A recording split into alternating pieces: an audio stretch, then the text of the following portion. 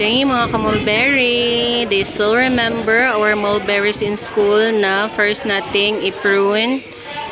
Ito na po yung update ng ating mulberry in school garden.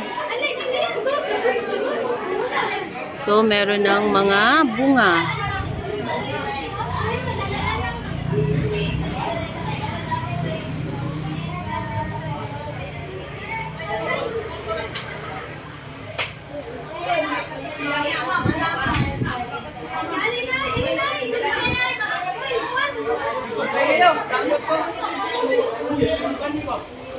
Puno ng bunga yung ating mga mulberries. We also have here yung tatlong puno ng mulberry.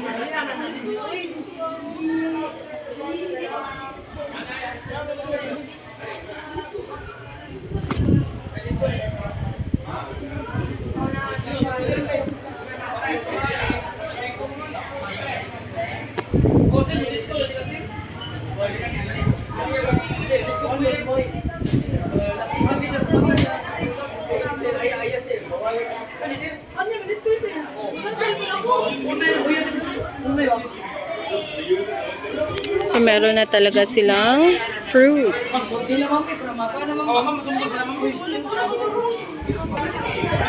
We also have here our two plants na na-separate.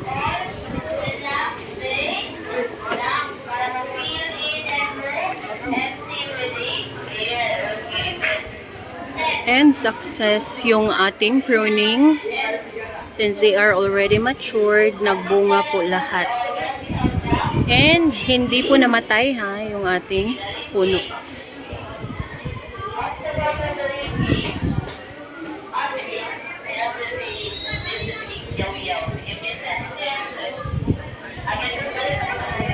Mulberry in school garden.